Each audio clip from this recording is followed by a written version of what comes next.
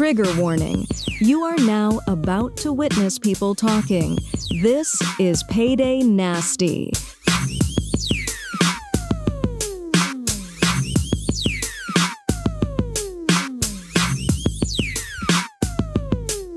Payday Nasty. It's Payday AJ and Nasty Nate coming at you from the Bull City, Durham, North Carolina.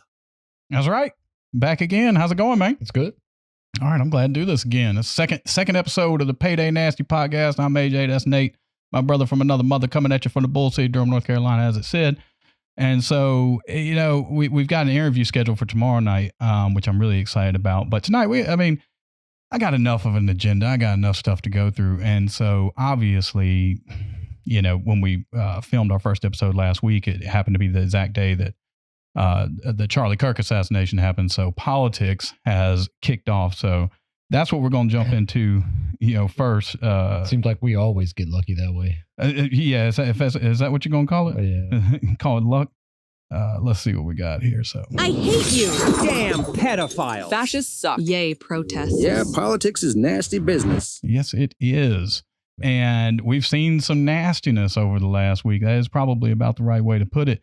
And, you know, coming out of the Charlie Kirk thing, what has stood out to me, kept trying to keep up with the news, is that folks are, what would you say, fucking around and finding out? Yeah, man. Folks are out there talking, and there seems to be some repercussions. In fact, let's see what we got here. Throw that up on the screen and see what we got. Charlie Kirk's killing has spread to the workplace. People are getting fired for comments that seem to celebrate or glorify the assassination of the MAGA activist and father of two young children. These companies and organizations have reported either terminating or suspending employees for posts about Kirk. The fallout from Charlie Kirk's killing has spread to the So if you've been keeping up with things, there's been some folks losing their jobs. A lot of various things, you know, folks go out there and start celebrating. I mean, I've seen videos of people singing songs. I mean, they're having a good time with this. And I mean, honestly, it's kind of messed up. Yeah, man. I'm never been a Charlie Kirk fan. You know, I've voted Democrat my whole life. I was entertained, I might say, by watching this dude go to college campuses. Appreciated the debate. But all of a sudden, there's real world consequences, not just for him, but these folks who are going out there and making comments about it. And it doesn't seem that hard, I don't know, man, to just not say something terrible. But the old adage, don't speak ill of the dead. Yeah. Yeah. Something to that effect. I lean into that. Yeah. In times like these, man, there's no reason. But it doesn't even have to be, you know what I'm saying, speaking ill of the dead, right? Like maybe you should just not speak all that, like tone it down anyway. Right. You know, and that seems to be, you know, that's the argument coming from the right is, you know, oh, this is because everybody was calling everybody fascists and Nazis. You know, there's no way to measure that because it all comes down to an individual. All this stuff is they. Everybody wants to use they did this, they did that. I think, you know, Bill Maher said, let's not have a competition about who's worse, right? Which, yeah, pretty standard stance. Although I say that, there's a lot of people who are so angry about it. It'd be like if I, you know, like I'm a villain if I'm nice to people. You know what I mean? That's what it feels like. And again, you know, they, you know, it's not everyone. Obviously, you know, and especially in the United States, I always stop and say, well, there's 350, 400 million people. So I'm going to go with 99% of them hadn't said nothing. Right. Right. Haven't gone online and hadn't acted crazy. So there's no reason for us to make it sound like everyone on the left is saying one thing and everyone on the right is saying another thing. But there is a lot going on. And in fact, not just a couple of hours ago, see if I can find my button. It's always going to be a challenge for me to find all my buttons. Where are we here? But I'm just not going to find it. It just doesn't exist, apparently. Oh, there it is. So right before we came on air, they announced that Jimmy Kimmel Live is being pulled. And that's, you know, this dude's been going after Trump for a long time, and they talk about each other. Trump talks about him. We know that earlier this year, they announced that they were taking Colbert off the air, which is considered some sort of victory for conservatives or for Trump, just because he's critical of Trump. And now all of a sudden, Jimmy Kimmel, who's been in the thick of this for a long time, finds himself sort of in the same mix. And did you see what he said? I read it. Yeah, I mean, essentially, what he was getting into is, what do you say here? Something to the effect of how everyone, what was it? The MAGA gang is desperately trying to characterize this kid who murdered Charlie Kirk as anything other than one of them and doing everything they can to score political points from it. The irony, he said they're doing everything they can to make this kid not what he is, which is a MAGA supporter. It turns out, with most of the information we have, that's just not true. So it kind of looks like Jimmy Kimmel was doing everything he could to paint this kid as one side to score political points. And from what I understand is the FCC commissioner came out and said something to ABC about it. Obviously, he works for Trump, so that's going to happen. And then you had stations out there saying, hey, that's not going to cut it. You can't do this. We're not going to air it, and put some pressure on ABC. Pulled Jimmy Kimmel. Do you think it's worth all that? Not for what he said, not for, just for the reason you named, where he's trying to make it look one way and it doesn't look at all like it was that way in the fact that, with the statement that he was a MAGA supporter, it just doesn't seem like there was enough there to even go that route. Yeah, I don't know why anyone was jumping to any conclusions. It did seem simple from the jump to say that this dude's got a problem with Charlie Kirk. I mean, he went and murdered Charlie Kirk. Yeah, it's obvious. That alone is enough to make you say, okay, there's clearly something going on there. Get Jimmy Kimmel up on the screen for us. But I mean, Jimmy Kimmel's been very successful, and this stuff starts to become you see everyday people. They're talking about universities firing people. They're talking about people working for large corporations going through their social media and saying this. Well, Jimmy Kimmel's a big voice. I mean, it's a big operation. There's a lot of people who work on that show. I mean, this is not just Jimmy Kimmel being pulled. This is having a big impact. And I'm sure this is one of those things where Donald Trump's going to curb stomp it. He's going to celebrate it. This is a victory for him in some form or fashion because this is someone who he doesn't like. But I don't know how it seems like you should have a chance to say, okay, I was wrong. And they said that he would even planning on doing that, addressing it on the show, like his next show. I mean, it seems like that's what you would do. Yeah. I mean, he's a comedian, talk show host, so it's already kind of troublesome that he's constantly digging in a little too far on some of these significant issues. I mean, we're talking about someone who got murdered, someone who got assassinated, and it adds some extra heft to it when the video exists. Obviously, that adds a little bit of shock. A value to it. Yeah, you feel it more. Yeah, I mean, and this dude was a big deal in the MAGA world. I mean, it's a big deal for a lot of people. I mean, Turn Point USA was, embedded in a lot of college campuses. I mean, it's a political activist group. And so, it just seems like maybe that's not the space that a late night comedian talk show host should get into unless he's getting into it maybe with a guest. I mean, if you have a guest on and they're a politician and you want, get them going about the topics and talk to them. But to start in a monologue, because I mean, in the same monologue, he was joking because they were doing an interview with Trump and they'd asked about Charlie Kirk. And then Trump pretty quickly pivoted to talking about some construction project. And Jimmy Kimmel was joking, that's the fourth stage of grief, construction. You got to move, he's moved on. And so, maybe some of that is okay because you're digging on Trump. You know what I'm saying? But when you start actually getting into the man who just got killed within the last week, it just feels a little too sensitive that way. And it feels, again, it's too easy not to say these things. I mean, yeah, don't say them. I mean, did you feel you don't even go on social media? No. I mean, I had, I go on it, but I don't really post a whole lot except for when I'm trying to post things for the show. But I saw a person from, that I worked with in the past who just happens to be on my Facebook feed. I don't even really fool with people, but they like immediately that day were like, don't expect me to feel sorry for somebody that's terrible or something. It's like, maybe not. Maybe that's just between you and your friends. Maybe you just shouldn't be posting that out on the internet. And I'll be honest, I unfriended them. You know what I'm saying? And it's not because I like Charlie Kirk or I'm a Charlie Kirk, supporter. It was like maybe a month ago. Just common decency. Yeah. Like it was like a month ago. I went over to the coast and was hanging with my buddy, and he spends a ton of time on the internet. And I guess he had been watching some Charlie Kirk stuff. And so he was like, oh man, did you see this? I know you don't like Charlie Kirk. And I told him then, I was like, dude, I don't like or dislike Charlie Kirk. I wouldn't spend that kind of energy on it. I'm entertained by his videos. I find it interesting. He's good at what he does.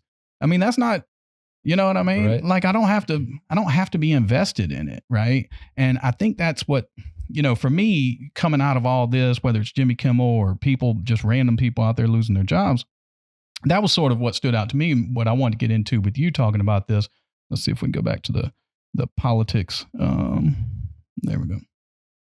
And what I wanted to get into about this was sort of the idea of how do we land here where people take this stuff so seriously like that? You know what I mean? Not just to have a feeling, in their own life or talk to the people they know, but to feel empowered to go online and say something about somebody who just got murdered as if it's just okay. And keep in mind, these same people are worried about guns and tragedy. How do you think we got here? But might sound like an old man here, but it's the internet. Yeah. I mean, that's my answer every time. No, I agree with you too. And I think what's happened is that we've gone from when we were growing up without the internet. I mean, we went through high school without the internet. I mean, there was connections. You could use a modem and do something. It was nothing like this. This is not what was going on. But I remember being told, as a youngster, like, don't discuss politics and religion. That's it. And so there was just a general sense that those things aren't going to get you anywhere. There's nothing to gain doing that. Then the internet comes along and it's as if it might as well have just been called politics and religion. Yeah. Like we're just fixing to go out there and hammer it home and do this stuff. And even, just specifically on the religion side, what kind of struck me about thinking about, and I don't know if it matters, maybe I'm wrong. Maybe people wouldn't have a different feeling, but like we went to Carolina and I'm sure you saw the Pit Preacher. Yeah. You walk through campus, there's a place on campus called the Pit, and somewhere near there would be some dude who's like a preacher and he's yelling stuff. Like a girl would walk by and this dude would just be like, "You're dressed like a whore." And like a crowd of people gather around and he would debate them. And it was purely religious. It wasn't, Charlie Kirk had like a constitutional fundamentalist debate thing going on. But at the end of the day, he was like the ultimate pit preacher. Like what pit preacher didn't want to be able to say, I've got 4 million followers online and I'm not just at this campus. I can tour the country. You know what I mean? I'm global. Yeah. And so, yeah, really. And I can go and have dinner with the president. Like I've got real clout. And to me, that's sort of what Charlie Kirk became. And it makes me wonder, like those people on campus who walk by and debate with the pit preacher and get into all this bullshit.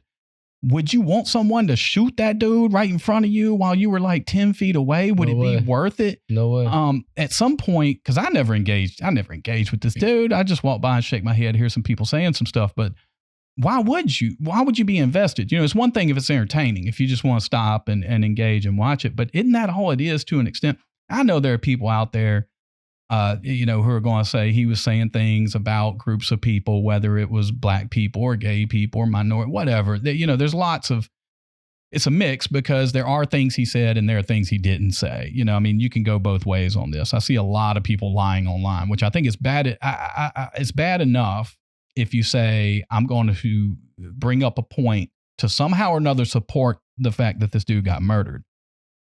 But to lie is even worse, or to be misled and say he said this, even though maybe he didn't even actually say that, or he said more after that. And that's what I think that's a good point because, we're arguing about the legitimacy of somebody being murdered. Mm-hmm. Or maybe we're not arguing about it, but you're bringing up the points as if this makes it okay. Yeah. And the fact, because some of the simple stuff is just like, oh well, he supported the Second Amendment. This is what you get.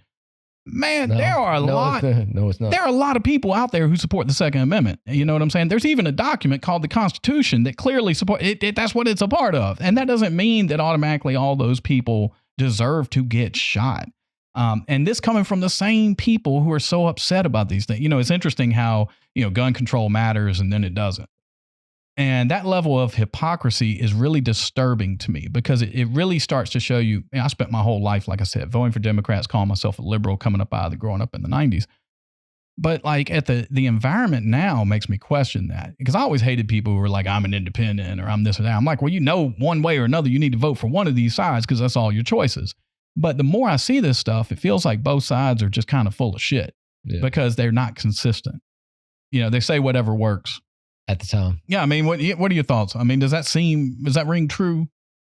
Well, both being equally despicable. Yeah. Like going back to the premise that you don't speak ill of the dead, it's like, there's no amount of words or there's no argument to be made for a man getting shot. No, I don't think so. Like, and not just that, traumatizing and all those people there. Yeah, and that's this is a little bit of side topic, but it's like there are people out there that debate the legitimacy of the death penalty, right? Mm-hmm. And we're talking about criminals, convicted criminals, and the argument has been made that it is inhumane and beyond the scope of the government to kill convicted criminals. Mm-hmm. That's the argument. That's the argument. And so if we've reached that, then what could this man have said? Yeah. Yeah. So if you don't think even a convicted criminal who has murdered people deserves to die. Yeah. Which is a classic liberal stance. And a perfectly fine stance and moral. Philosophically, I can make the argument. I know where they're coming from. Then how can you then flip around and be like, ha ha, look what happened. You shouldn't do it. Yeah, you deserve it. You should not do it.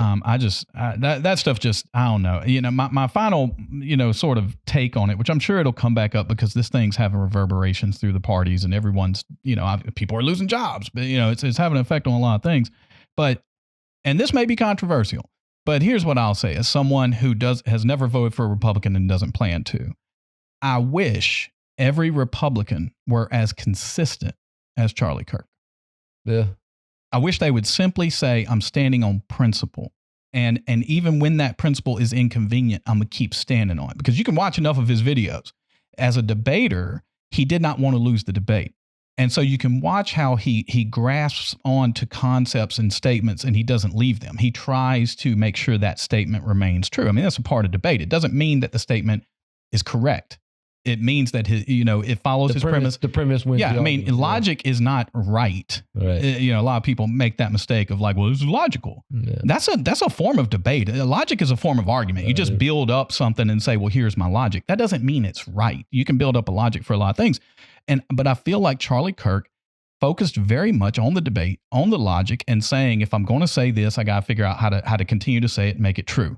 And so it feels like, again, the hypocrisy of someone saying I'm against violence or I'm against guns or this, and then celebrating it when it happens to someone who disagrees with you politically, that kind of inconsistency is a problem for me. And it's the same thing when Republicans are all thoughts and prayers when it comes to a school shooting or something, but now there's outrage when someone who was a political activist on their side, it's sort of like all of a sudden they changed their tone on some of these things. That hypocrisy is what has me kind of looking at both sides and saying, we got to fix this. And I don't know if it's coming ground up. I don't know if you blame the politicians because we have to understand when people are like, well, there's a problem in our country. You have to separate that out. Sometimes there's a problem with your political parties. Yeah. Just because they're on TV and they're talking and the media is talking and they're saying these things, that doesn't mean that's what the rest of us are doing. Because I got to get up and take my kid to school in the morning. You know what I mean? I got stuff to do. Yeah, and maybe the real divide is the media. You hear that argument a lot too, where it's a media-driven kind of divide. But you don't know, is the media feeding off, this is what I've always said, is the media doesn't say things that people don't want to hear or digest. Yeah, it's registering. Yeah, so there's a reciprocal relationship between the messaging and the people who want it, who are listening to the messages. So it's a tricky balance there to say, where is this coming from? But are they digging in on the worst of the worst? Are they going and saying, oh, that's the most, you know what I'm saying? Right. And then inflammatory. And then where are the opinions? The opinions are going to be where the stakes are the highest, right? Yeah. And if you don't make the stakes high, then people don't want to listen or they don't want to watch. And if there's money involved and you need viewers and you need listeners, then you go out there and you say things, which you could make the same argument if you watch enough Charlie Kirk videos that a lot of those, the statements that people want to point to that may be more bombastic or more controversial, he's getting attention. Yeah. I mean, he's clearly doing this stuff. Followers. It gets him followers. It gets him views. It creates controversy. And that's what kept him relevant. So because there's money involved. It's a business. Yeah, he's making money. It's a business. And so that's why it's sort of like, well, if everyone's doing that, why are you going to then turn around and cross your moral line and not understand that it's entertainment? I mean, obviously, we've learned so much about this kid, Tyler Robinson, who carried out the attack on him. And it's sort of like, why is this dude so interested in Charlie Kirk? Yeah, man. It seems like a it's a mental breakdown. Well, yeah. And there was some statement from him about how, his form of hate is something you can't negotiate with or something. What do you mean? Like, were you do you think you were negotiating anything with anyone? Yeah. You know, they say, you know, you're an avid gamer in your third year of a trade school, hanging out on Discord with your gaming friends, and living with your male to female transitioning partner. You know, what does Charlie Kirk really have to do with you? Like, did you just spend too much time on the internet? It sounds like it. And, you know, going back to what we were saying, it seems like the internet has just broken people because they weren't ready for it. You know, going back to what we were saying there, like when people told us as youngsters not to have these conversations, then the internet comes along and everybody wants to have the exact conversations that everybody said you shouldn't have. This is why. And this is why. And by the way, the same people who advised you not to have those conversations, boy, they jumped in too. They went off the deep end. And it's like people don't know how to separate themselves from it. You know, your phone's dinging you. You got a news story. You got to watch 24-hour news cycle. And God forbid you deep dive on any of this stuff. Yeah, man, don't start doing your research, man. It gets nasty. Yeah, like, I'm a critical thinker. You know, I mean, once you start talking that way, it's like, so you've decided that whatever message came was a lie, no matter what. And so now you're always on some alternative. But unless it was the research that you gathered that you could use as evidence to support your argument. Even though that research came from the sources that you claim aren't reliable. Exactly.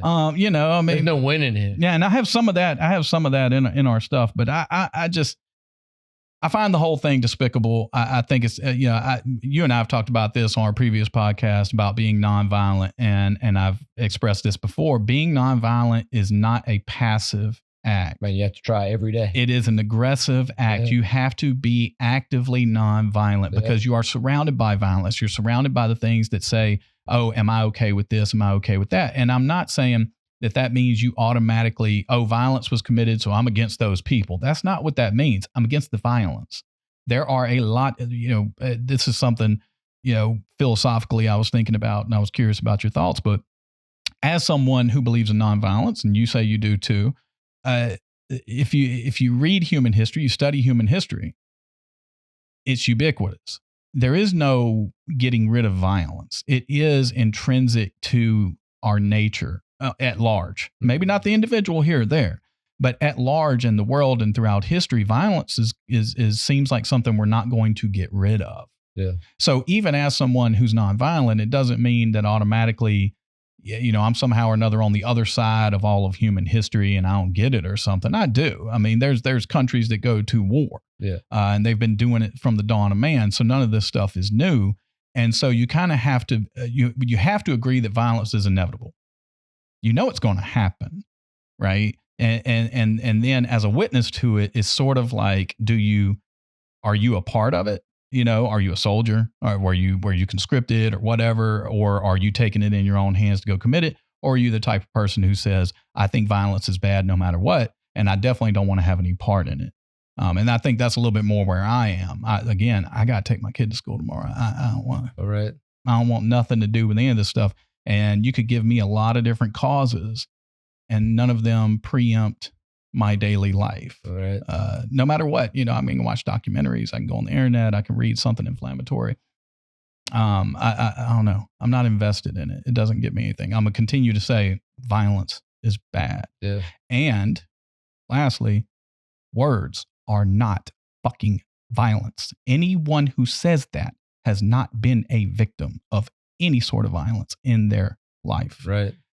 Bullets are violent. A fist to the face is violence. Yes. That's violence. If you're saying that words are violent to you, that you think words are violent, then you've lived a cush ass life. Yeah, you're a little bit too sensitive. Yeah, that means you ain't never had no real fear. Mm-hmm. And that's kind of what it feels like happened with this kid, this 22-year-old, is that somehow or another he ate that stuff up. Like what this dude is going and saying is worth me risking. I mean, obviously he didn't plan to get caught.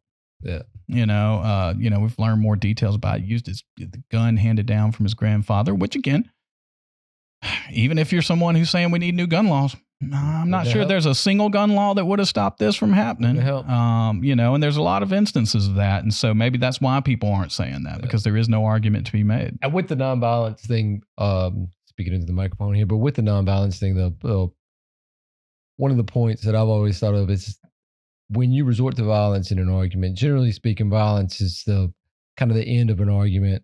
Mm-hmm. And if you resort to violence in an argument, then you are forfeiting the argument. You give up. And, you know, if you had an argument with Charlie Kirk and, you know, resorted to violence, then you've surrendered your position. And then this goes, you know, right into the, you know, there will always be war. But humanity is about war. But it doesn't have to be. No, necessarily. And if you thought about that, if nations thought about it that way, like we can have the debate, we can have the argument for as long as we're willing to sit and look at each other and have the argument. Well, but if you punch the next man in the face, then you've admitted, like, I can't win this argument, and I'm not only can I not win it, but I'm no longer willing to engage in it. I'm fed up. Yeah, well, and I can't contain my emotions anymore to continue on. Well, and if you say that you don't, it's very childish. It is, and if you say that you don't like violence, do you think you're ever going to find a place where you can get rid of it or promote that if you yourself engage in it? Well, then no. Again, that's the trick. Again, the hypocrisy. That's the trap. The hypocrisy, and that's why it takes so much effort. Well, and that's why I tell people, I say, look, I don't believe in violence, but I will say that part of that is because of how I understand myself. I have violent tendencies. Oh, yes, absolutely. Yes. Everybody does. I have emotions and anger. Yeah. And what I think what I'm saying is I can conceive of how far that could go. And what I'm telling you is I don't want any of that to happen. And that's what I mean about it being active. It's not passive. It's not like I could just sit back and say, well, if I say, hey, I don't like violence, so there won't be any violence. It's not true. I mean, somebody walks up and hits me. I might lose my mind. You know what I'm saying? I could end up doing something horrible, or they could do something horrible to me. That doesn't, I'm not saying I'm not a monk. You know what I'm saying? Right. I'm not saying you could just walk up and do anything to me because I don't believe in violence. Right. I haven't gotten to that level. No. In fact, I feel like it's quite the opposite. There's a lot of violence in me, and that's why I feel like I have a sense of it to say that's not good. That's not good. And, growing up, it's one of those things that people do studies on and stuff, but it's like, because they're always like, oh, back in the day, folks would just, have a fist fight and it'd be done. Now people shoot people. And, they do all this stuff, getting into it about, masculinity and especially in the African-American community and impoverished people, where you get into sort of the pent up oppression and how they, if any kind of slight could lead to a retaliation that turns into extreme violence. I get that, and I don't know if there are people who don't get, I don't know. I only know where I grew up and how I grew up. There was, a fair amount of violence. You didn't mess with people. If you did, you could get killed. It was not some imaginary 1950s fisticuffs where you're just going, oh, okay, you got the better of me and I'm gonna walk away. No, because people's pride isn't going to allow that. Yeah, that's not what happened. No, they're going to come back and kill you. So that's why it doesn't, you can't engage because it never ends, and that's sort of my thing. Violence begets more violence. And here we are in the situation where somebody just murdered somebody. And I really hope there's no other, I really hope that nothing comes of that. Yeah. And it's easy to say because, again, it was an individual. Yeah.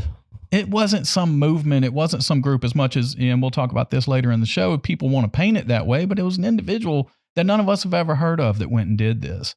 And, mental health, whatever. I don't know what to make. And we've been pretty consistent on this, no matter where it was come from. But if it was Luigi Mangione or this man and this incident, it's like none of it is right. And like we said in the past, I'm not a big fan of insurance companies. No, but that man had the right to walk around. Yes, he did. I mean, he should be with his kids right now. He should have made that meeting. He should have been with his kids. Well, and to what extent does Luigi Mangione, like I said, violence begets violence. How does setting that example possibly, we don't know.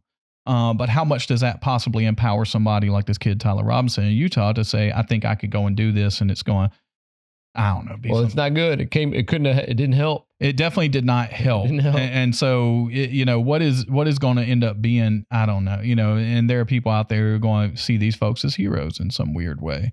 And I just find that, I don't know. I believe in, it's a weird thing. I believe in karma in a strange way. And I believe that if you give something, you're going to get it back. And I look at these folks out there posting online, dancing, having fun. And I'm like, man, someday something's going to happen and you're going to have to look up and say, was that worth it? Is that how it's supposed to be? And you might not connect the dots. You might not go back and say, oh, I shouldn't have been posting crazy junk about Charlie Kirk. But I'm just telling you, The universe has a weird way of giving you what you give out to it. It just does. What you surround yourself with, that's what comes back to you. And so you need to surround yourself with peace. Peace, love, and hair grease, man. That's what I've always been about. Always. Man. Be chill. Always. And I don't care if you're peaceful because you believe in Jesus, or you're peaceful just because, you know what I'm saying, you decided that I don't care. Just be peaceful. Yeah. You know what I'm saying? Because I don't need an excuse except for I don't like violence. Right. Or if it's an intellectual cornerstone, whatever it is. Whatever it is, you know. I mean, lean into that. I believe that no matter what conversation I'm in, argument I'm in, debate I'm in, approach I'm taking to something, as long as I continue to preach nonviolence, I'm stand on that one. 10 toes. Yeah. You know what I'm saying? I feel good. I'm going to constantly say, hey, I'm not. Everybody should be able to walk away from an argument. Like if you're tired of debating, just walk away. Just walk away. It's not because you're not getting anything anyway. There's no prize. No. You know what I mean? There ain't nothing but penalties. Nothing but penalties if it goes wrong. And it seems like the highest level of intellectual debate when you know that. When you go into it saying this is just a conversation, it's an interaction, it's something that I hope to gain from it, and I hope maybe witnesses could gain something from it too. You know, I love the like Einstein and I think it's Niels Bohr's thought experiments they would just go back and forth. It was like, here, let me throw a problem out at you. Or the Greek philosophers. Yeah. I mean, you know, just sitting around and saying, hey, let's untangle this and let's see where we can go. Not, can I beat you? Right. You know what I mean? Because beat them at what? Yeah. Again, there's no prize, you know, unless you want to have. In the end, there is no right or wrong. No, and you're never going to be able to define it that way. It's all in the eye of the beholder. Whatever you came into this with is what you should be walking away with, because you're not going to change your mind. They're not going to change their mind. So committing murder, I don't know. I just don't. The net negative. Yeah, I mean, and it was To put it lightly, the net negative. Well, and it's so tricky to figure out. We don't know because the kid's not truly cooperating, so he's not giving any exact motives. Right now, we can only kind of read into some of it. But if he has a partner who's transitioning, then it's kind of hard to separate out that there may be some aspect of that played into this, and maybe Charlie Kirk's opinions or attitudes towards transgender people maybe played into it. But still too far. It's still too much. Well, it's like, what did you expect to carry away? Like some sort of badge of honor? Like, I did this for you? I'm just, and this is pure conjecture. This is pure conjecture. But all that conjecture to me is useless. It's like, I don't even need to know. Yeah, true. We don't have to know. Like the same with Mangione. It's like, I don't even need to know. I don't know what his premise was. I don't need to know. He gave up. He surrendered. Well, the only thing that getting more information from these folks could do for us would help us to identify how we ended up there. If there is something, and we'll probably never get there, but you'll have psychologists, psychiatrists will write books, and you'll teach things in school later on that maybe there is some way to understand this stuff and say, this way of talking, or I don't know, because it sounds like there's no way to have identified this guy. I mean, everybody says he was quiet and shy and he had become more political, but I don't know how you ramp up someone's political. Oh, they're more, a 22-year-old became more political over the last couple of years. That sounds about right. I mean, they're 22 years old. They're going through it. It's just the lack of imagination. The lack of imagination for the 22-year-old, not to say that I plan to be a 60-year-old. Look around you. You know what I'm saying? We're all out here doing it. We survived our 22-year-old self. Like, you shouldn't have done this. Yeah.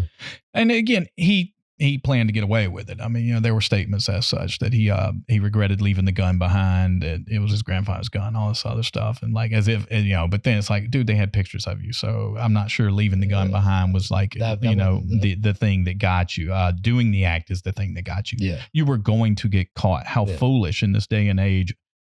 Beyond the fact that you had decided it was okay to murder someone, the fact that he thought he could get away with it is a little bit more of a look into the mind of someone where you say, what the hell, man?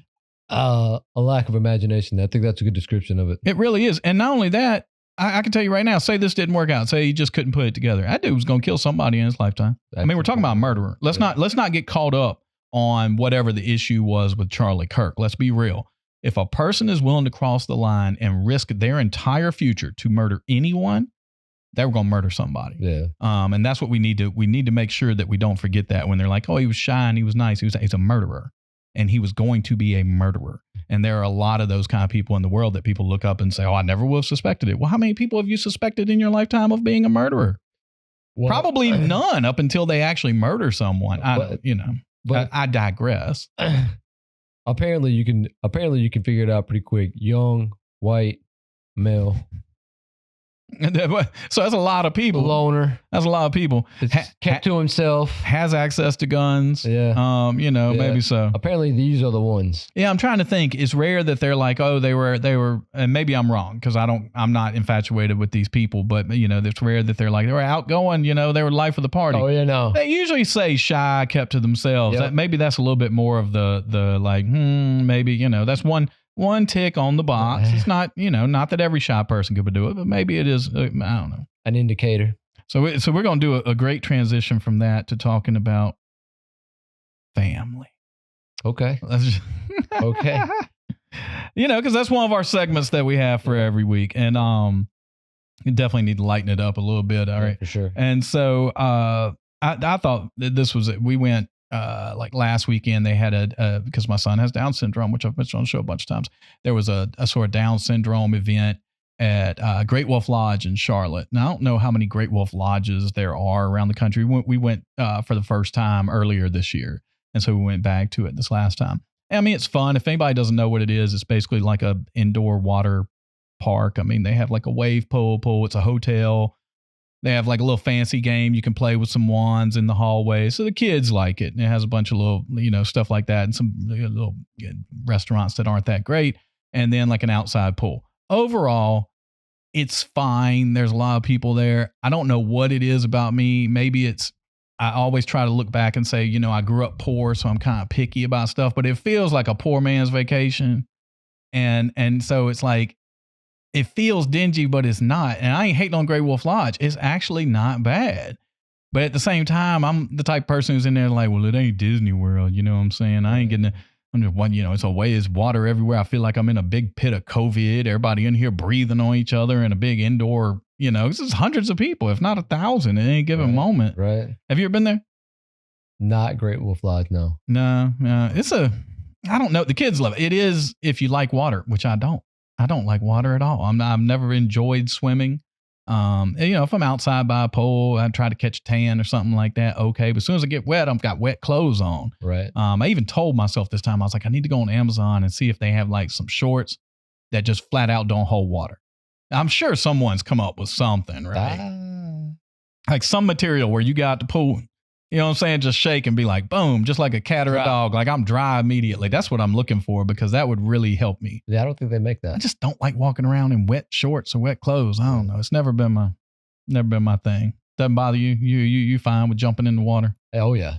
I know our wet clothes. Like I used to put on pants. Like you get them out of the dryer and they're not dry. I'd be like, damn, I'm putting these on. These are my pants right Man, here. that makes me feel icky just hearing it. What you got anything going on with the family since last episode? My daughter had her first middle school volleyball game of this season. They won. Heck yeah. She played. She played well. She do anything? Yeah, she played well. Or she didn't play poorly. She gave herself. I asked the kids after they play whatever sport they're in. They play a game or a match or whatever. And I asked them. I let them tell me. It's like, how'd you think you did? Oh, okay. And she was like, 8 out of 10. Okay. And I'm like, okay. That's still pretty.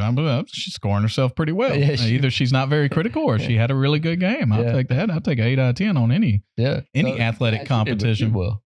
Another thing I had going on around here that is just funny. So I have a neighbor. I'm a try to remember to get a picture and throw it on here before I post it. But I have a neighbor who's, I'm just gonna say a little crazy about some flowers, right? Like just started. Like some older retired folks came down here from New York and then like just were loading up their driveway with potted plants and just kept going and kept going and kept going. And it just really felt a little like, this is a cul-de-sac. It's a neighborhood. Like, we have a forest behind us and I like some good landscaping. I love a good specimen plant, like, a single Japanese maple that I can admire. This person's got, I'm telling you, 60, 70, 80 different potted plants. So part of me is like, man, a lot of people do that, man. I don't know. Folks get old and they get in the yard and they get to digging. They just like plants. This person's got all these potted plants. But then, like sort of, because they're on like a corner and so it's not even in their backyard. They built, and you've seen this, like I don't even know what to call it. It's like they put a fence up, filled it with plants, surrounded it with plants, and then put some pseudo, whatever you would call it, like a chandelier hanging up in the middle so that it lights up at night. Oh, They've got. I've ever seen that. They've feature. got automated water things so that if birds get anywhere near their stuff or deer, like the water will start shooting at them. I mean, it's intense, right? Like it's just a bit much. And your neighbor's not going to watch this, is he? He's not I don't care because I'm being honest, and honesty is always good. And then at one point, they even, amidst all this, I want you to think about this. They had 2 bottle trees at the end of their driveway. Bottle trees. They got, I'm telling you, 100 potted plants, maybe 500 potted plants. It's crazy.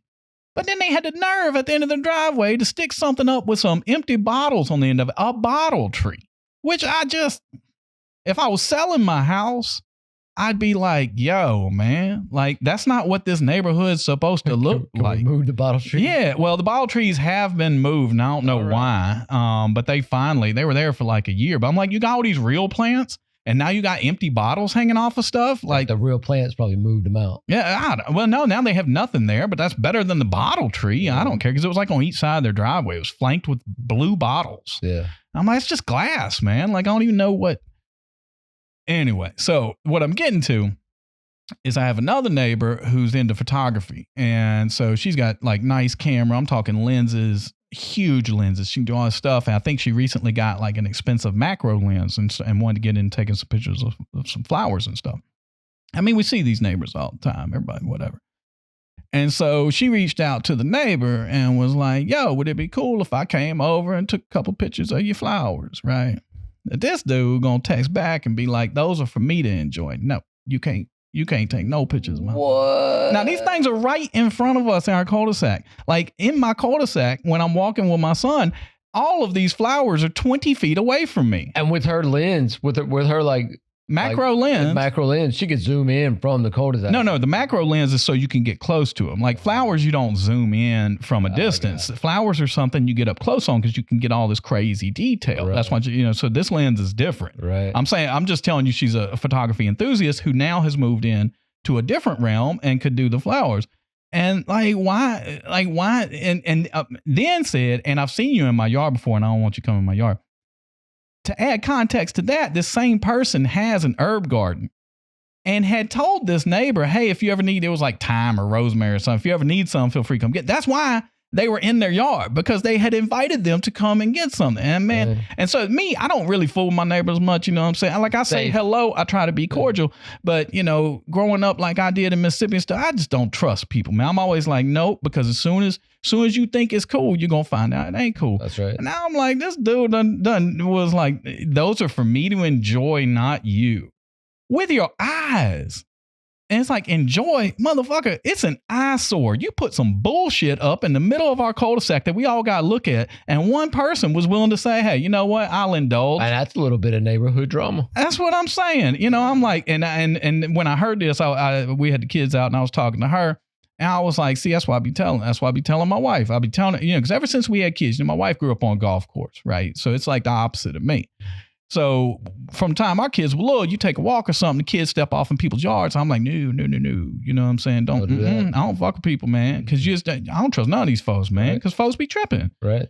And my wife's like, it's nothing. I'm like, yeah, it's nothing when you live in the rich golf course neighborhood, but we ain't on the golf course, man. I don't know these people. I don't trust them like that. Even though it's decent, it's a nice neighborhood, but no, I don't mess around like that. So when this dude showed his true colors like this, I'm like, see, that's what I be talking about, man. Like, don't even get near that dude's yard. You know what I'm saying? He telling somebody you can't look at my flowers, but I can put them out there in front of all y'all as a big eyesore with this weird dingy fence. I mean, the ground is sloped. And yet he built this fence thing up and surrounded it, like filled it with flowers and like a chair to sit surrounded by flowers or something. And then on the outside of it hung more flowers. I mean, I thought the dude was starting a business. He had so many goddamn potted plants. He can't even put his cars in his garage because he's got so much storage stuff in there. It's some obsessive, weird stuff. And I'm just saying, hey, teach out. I ain't gonna do nothing. I ain't worried about it. Right. But I knew when I saw this stuff, I was like, I don't fool with people like that. And then somebody nicely asked if they can take a picture of your flowers, and you're like, that's for me to enjoy.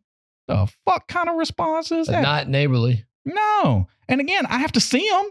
I can't miss them. Right. They're 20 feet from the curb. Like they're not in your backyard. No one has to find them. Yeah, he didn't have a backyard. No, you stuck them up. Like if I called the HOA right now they would send you a letter saying, no, you cannot do that shit. Maybe that's a good idea. Maybe. I'm not that kind of person. I got it. If I was, I'm not a snitch. If my house was going on the market, it may be anonymous.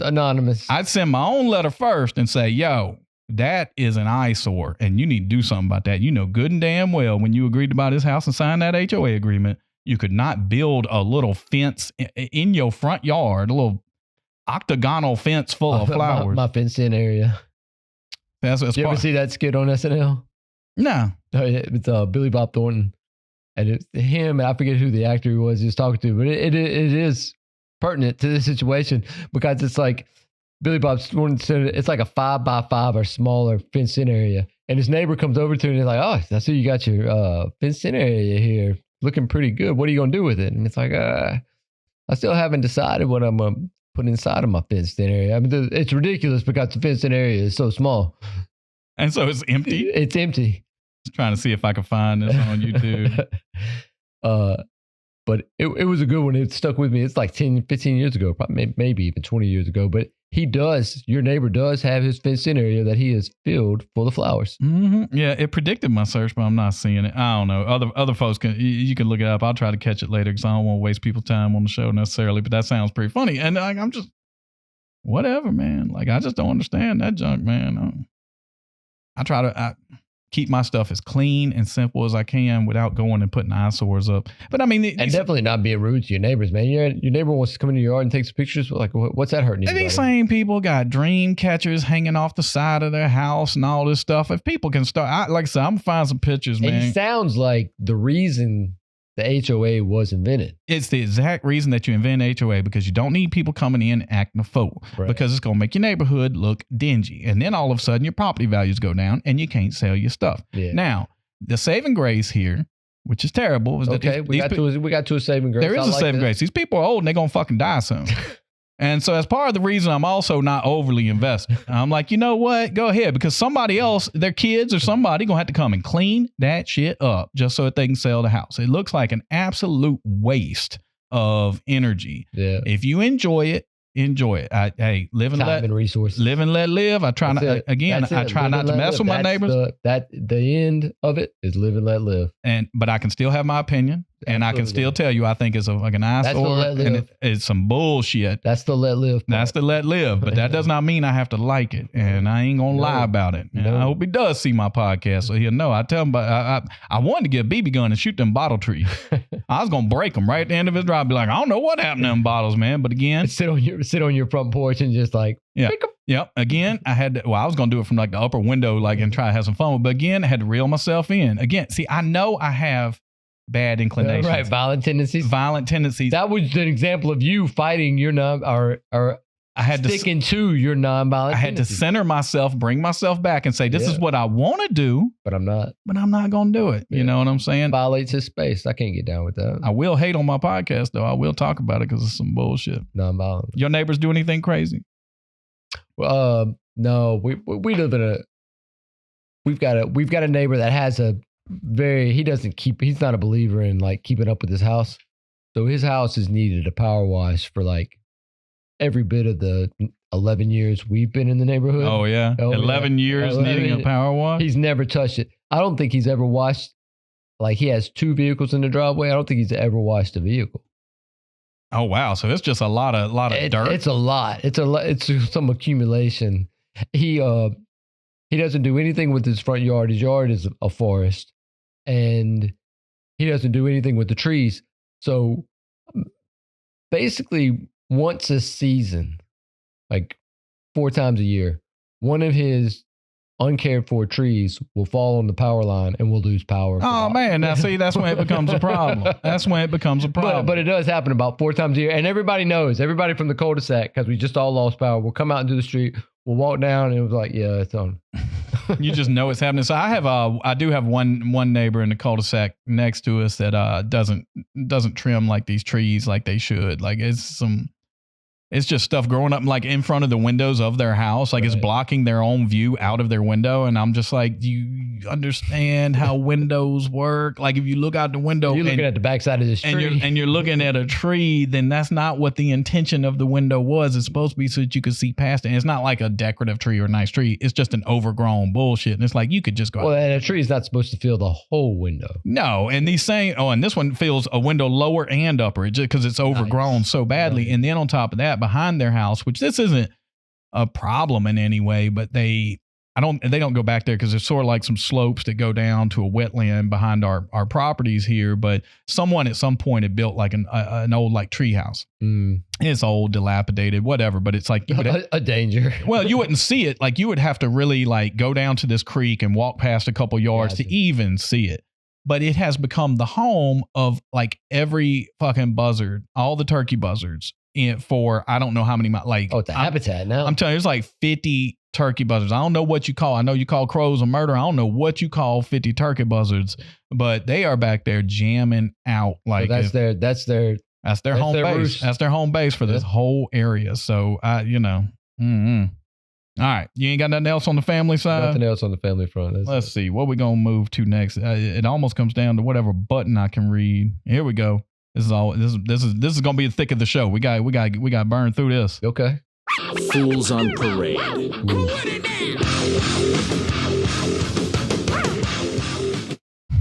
So this is my favorite part of the show, honestly. I'm kind of excited about this. Going back to some of the Charlie Kirk stuff, if you could see this here, I'd see if I can make it a little bit bigger for people to see. But man, these MAGA folks are out here tripping. They done started trying to dissect the videos and the statements from the FBI, and they don't trust it. Of course not. MAGA says they're being lied to. That the Trump administration, whoever, the police, the FBI, they're not telling the whole story. That somehow or another that this kid, Tyler Robinson, did it. Even there's a video of him jumping off a building. Well, they're dissecting the video. They're like, oh, the FBI said that on the roof, he broke down the gun. And then he ran into the forest and he put the gun back together and he put it in the box. That don't make no sense. No, it doesn't make any sense. But it also might not be true anyway. All right. Because then somebody else comes up and pulls up like a zoom in and they're like, well, you can see him carrying the gun when he jumps off the building. And it's like, well, that kind of debunks all that. Maybe he didn't break it down. We don't have to think about that anymore. You don't have to think about it. But man, it's interesting. I mean, you got Steve Bannon coming out here and saying they're not telling us the whole story. And this is always the problem with the movement that is based on conspiracy and mistrust. Everything's a lie, because once you get into power, how is that corrected? I don't know. It can never be corrected. But conservative pundits or old heads like Steve Bannon, Michael Savage, they're just all out here like we're not getting the whole story. But they said the same thing when the guy shot Trump's ear. Yeah. And when the guy was at the golf course, they can't. There's something about it that they can't be satisfied with whatever story it is. They had to be lied to. Yeah. Even though they're not, everything they know is what they were told by the people they don't trust. And then yet they still try to use that information against the people they don't trust. They don't have any specific information that wasn't there. That's the weird thing about it, right? Right. I don't know. They never have any specific information. No. And well, have you ever been that paranoid? Have you ever just felt so like, I don't understand this. Like, it seems like a product of the internet. Yeah. I can go and look at the video myself. So now I can make my own conclusion. Man, it's the fucking FBI, man, who are there on the ground. Yeah. You're sitting in your basement. And you've already got it in your mind that no matter what they tell you anyway, it's not going to be completely but accurate. It gets worse. Okay, here we go. Candace Owens says Israel did it. Oh my God. Man, she can't can't stand Jewish people, man. It is really, she finds a way to connect the dots back to Israel and everything. She's like, Charlie Kirk had criticized Israel recently and they warned him and then he's dead. And it's like, okay, Candace Owens, you really need to stop. Man. And she's like, I'd be glad if someone could come and tell me it's not true. That's not how this works. You made it up. You know what I'm saying? Like someone needs to prove my made up bullshit isn't true. Like nobody's wasting their time on you. No. Yeah. I even saw someone in the comments, again, this if you deep dive, and it's almost exclusive to X. I mean, I'm sure there's other places like 4chan or something where it gets wild. But man, you go on X and it's just almost like it's fools on parade, man. You just start going down and it gets silly. But there was somebody showing how. I think Candace Owens is going to be on this a lot. Well, they showed. I need to add her to the graphic. Sure. If I don't have her on there, I might have her on there. But they showed how at the event that Charlie Kirk was murdered at, he had hats with 47 on them. He would sign them. He would throw them to people. He'd give them out. These fools pull up one picture of a table that has 3 hats facing you. Now, keep in mind, this dude brought hundreds of hats. There's pictures probably with lots of hats, boxes of hats. But they picked this picture with 3 of them. And said, if you notice, if you add all the numbers, it's 47. And so 4 plus 7 is 11. They literally said that. And there's 3 of them. So 11 times 3 is 33. And it took 33 hours to find the dude. There's no way that's a coincidence. Y'all stupid. Yeah, man, like it's that type of stuff where it's like, this is why the internet shouldn't have been existed, man. Because I on one side, I'm like, I need to know y'all exist. On the other side, I already knew y'all was out there and I knew y'all was stupid. Oh, yeah. They've been doing it forever. And you see this stupid shit. Can't be a coincidence, Nate. Can't be a coincidence. And then they were implying something else. Why does the number 33 show up all the time? I'm like, because you're looking for it, bro. Yeah. Like because if you find a picture with 4 hats, it doesn't add up to 33 anymore. But you chose the picture with 3 hats. Right. Like, get the hell out of here, man. And then you did some funky addition to get to your number. Yeah, like you didn't say 47 times 3. You added the 4 and the 7. Yeah, and why would you do that? Why would I, like when I look at that picture of the 3 hats that have 47, I would automatically do 47 times 3. I don't even know what that number is. Yeah, no, I had to explain. I had to make sure I was explaining it to you. I was like, you add the 4 and the 7, and then they multiplied all 3 of them. Yeah, why would you do that? I don't, it takes some weird people to start doing that conspiracy math. Yeah. It's like, what are you doing? Like, how bored are you? Whatever. Oh man, I even saw, it was something popped up on my phone. I don't know if it was TikTok or it might have been YouTube. It was somebody who was live streaming and apparently they just, as soon as he was wearing a MAGA hat, I just was like, what? You know what I'm saying? Mm-hmm. And now I'm just going to get inundated with MAGA freaking videos. But anyway, I was like, what? And I happened to jump in for a second and it was like 17 people watching with me or something. And I was like, what's my name next to this? But this dude gets to talking. And it was because the Tyler Robinson was going to court for the first time. And what was he saying? He was like, I won't say his name. I won't give him that, It's like, man, I mean, his name's everywhere. I'm not sure saying, but whatever. And he said he was going to call him something like, man, I swear it was like a combo of his name and transgender. It was like, I don't know, like Trans Robinson or something. I was like, man, what kind of foolish, stupid, these folks are tripping, man. There's something wrong. It makes you're like, you interact with people every day, but Lord knows there's a reason you don't have too many friends, man, because you just don't know what these folks be out here doing. I mean, I know I have a podcast, but Lord, stop me if you see me adding up numbers and being like, oh, they're coming together. And that's why I lean into the polite interactions. I was like, that's all I want. I want to be like, hey, how you doing? I'm doing well. Glad to hear it. Have a good day. Yep. And if we can get through that, man, if everybody could get through that, the world would be actually all right. That's the premise right there. Yes. And so more fools on parade getting away from that one, but we'll come back to it because there's a lot of fools around this Charlie Kirk stuff.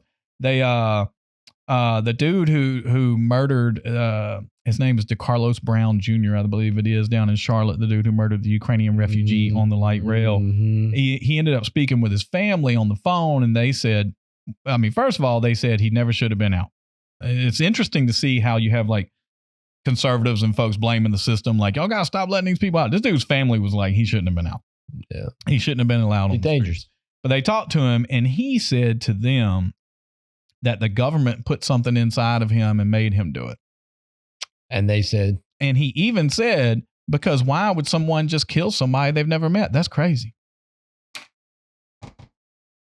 Like, that's it. You nailed it. Fools on parade. You just went from being a murderer to being a fool. Like, what are you talking about? I mean, yes, murderer and a fool. Yeah.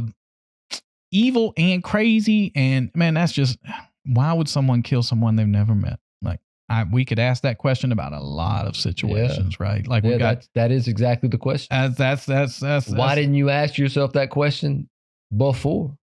And to have the wherewithal to try to get away and to run away and all these other things, I don't know. To know, you knew, he knew. Let's see if I can find. I got an image up for this next one. We hadn't talked. I mean, he came up, but we ain't talked about your boy enough. Luigi Mangione. I want you to look over here, boy. the chicks came out, man. The fangirls are out for Luigi Mangione. Now, I'm sure that there's some exploitation. Covered up their face. A couple of them, but not that one, boy. She looks like she's in like on a runway, on a walkway. You know what I'm saying? Like she's strutting. And got the t-shirt on. And I'm sure these folks are exploiting this stuff, like they're influencers, or they have online accounts, and they're in there, another demerit against the internet. Yes, because it draws people like this in. But how foolish is this? Like, what do they think they're going to get from this? Like all these, like I'm an attractive woman and I'm going to go and fangirl out for this dude who murdered a stranger in broad daylight. He's not, abs. Or in the morning, maybe not broad daylight. He's got abs, though. He was yoked in that one picture. And I'm just saying, ever since I first saw any images of this dude, I hate to tell these ladies, I believe he's gay. And I don't know this. I don't know this. This is purely conjecture. I'll admit it. Yeah. I just, when he got caught and I started looking through his pictures, I was like, oh, okay. I'm pretty sure. And then all these women show up and I'm like, I don't think this is the guy. Not that they were wishful thinking on their part. Not that they're ever going to meet him anyway. Right. He will never be free again in his entire life. He walked up behind a man and killed him after he thought about it long enough to write little words on the bullets. I mean, this isn't some like I've talked about this before. He had so many chances to not do it, and he still did it. That's murder as murder gets. You're going to be in prison for the rest of your life. That's just. Oh, it's just the way it is. And then you remember the conservative, I don't even know how to say his name because I don't know if I ever said it out loud. Milo Yiannopoulos. Remember that dude? He was like, he got in trouble because he was gay. He worked at Breitbart. And then he was like doing talks and stuff and basically promoting pedophilia. He was talking about, I don't know, like. I think I do remember the name. 12 or 13-year-olds. At one point, he went on Bill Maher and people criticized Bill Maher. Bill Maher was like, it takes sunlight to disinfect things. You got to put these folks out there in the open. Expose it. And shortly after that, he sort of disappeared off the map. I mean, because his views are just crazy. Anyway, this dude said after Charlie Kirk is gone now, he's going to come out of retirement. Oh. He's coming back. And it's like, well, to do what? To do what? Yeah, like what are you talking about? What did you ever do? Yeah. And so then combining all this, what's the guy, which I thought was the right thing to do. Bill Maher had Ben Shapiro on his show after what happened with Charlie Kirk. And Bill Maher had sat down with Charlie Kirk for his podcast, liked him, and said that this is, bad. So Ben Shapiro, who was friends with Charlie Kirk and is conservative, sort of in the same vein of Charlie Kirk, really, went on Bill Maher's show. And his foolishness is, and it sounds good. I want you to listen to this, right? Bill Maher, who's essentially what you would call an atheist. I'm not sure he likes the word. He just doesn't believe. He did a movie called Religulous where he makes fun of religion. Ben Shapiro, Charlie Kirk, both devout Christians who are kind of preachy about it at times. And Ben Shapiro was the argument he made wasn't bad. He was trying to tell Bill Maher to think about the fact, because Bill Maher's like, well, I have all my morals anyway. I'm a good person anyway. Right. And Ben Shapiro was like, yeah, we probably agree on about 87% of things. I don't know why he picked that number, but that's what he said. I didn't say that. 87% of things.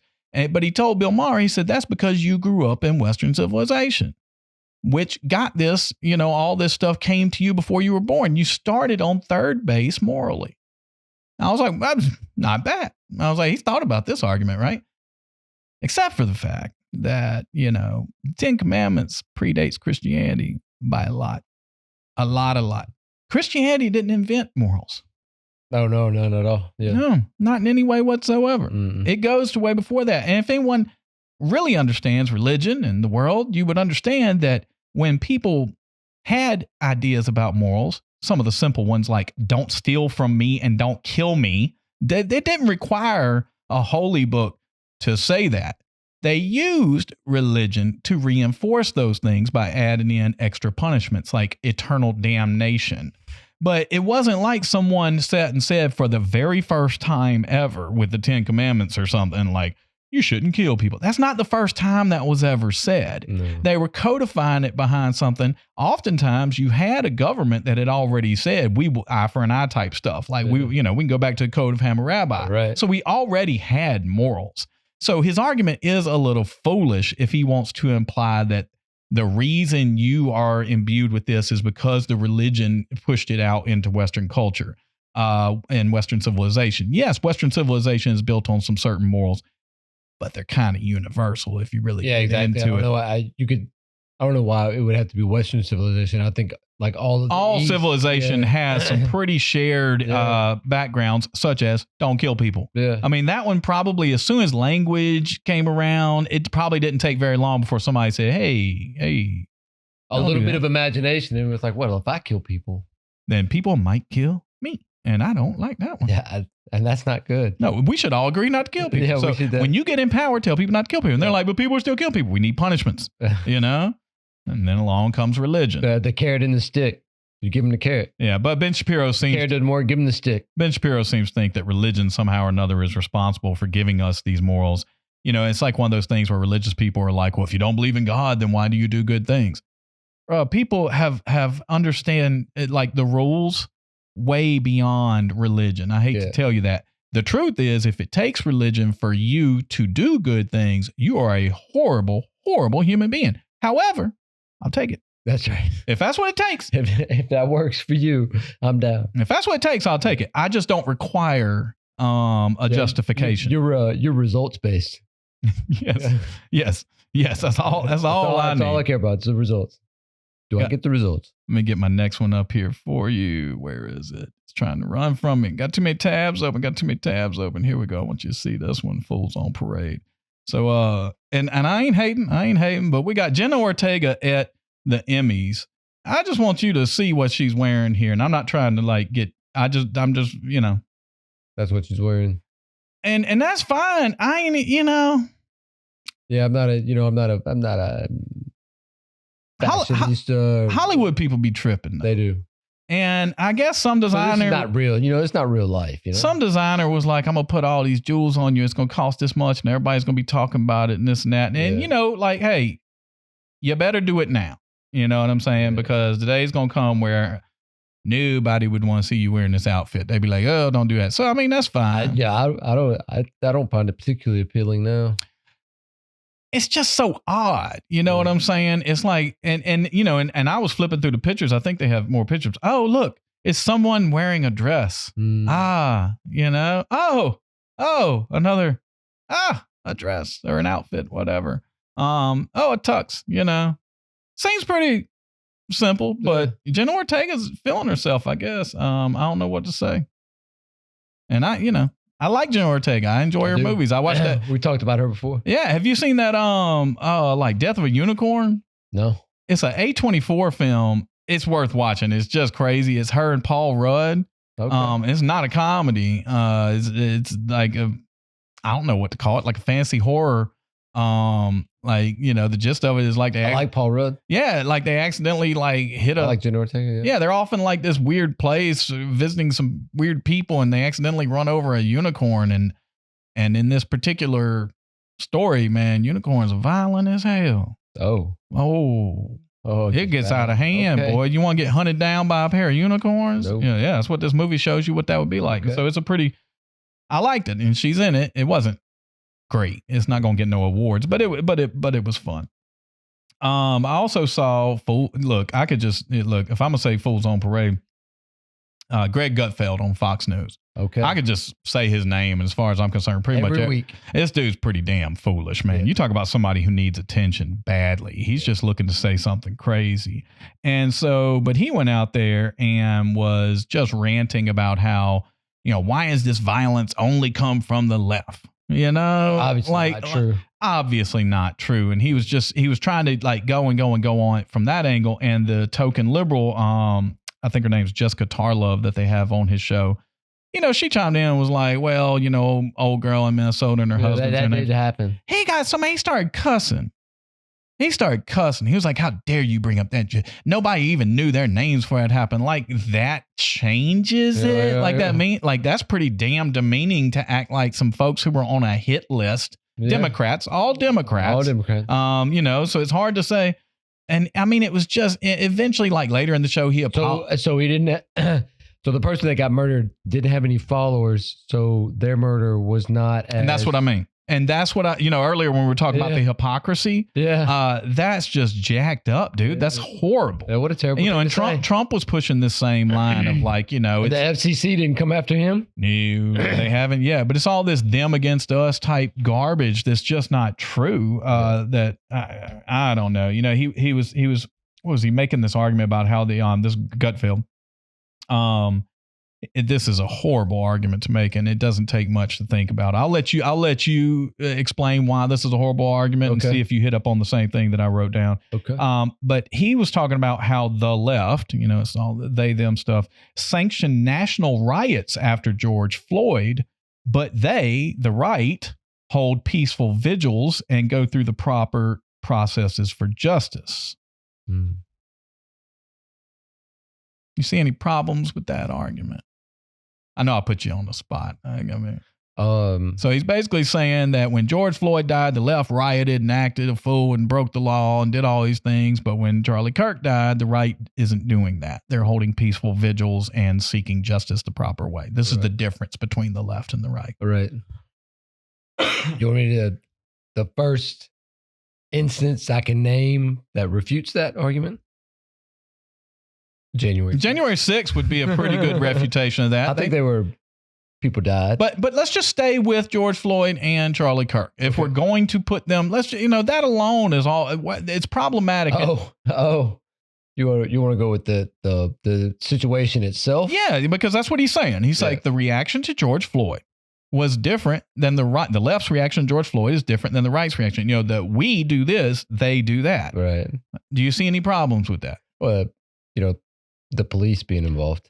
And not only that, a history behind it of the police being involved and not in a good way. So the state was involved in killing someone who is a minority against the backdrop of a history where that state has oppressed and mistreated minorities. Yeah. So nationwide, people protested their treatment from the state. Yeah. Now, with Charlie Kirk, if you walked out and protested, who the fuck are you protesting?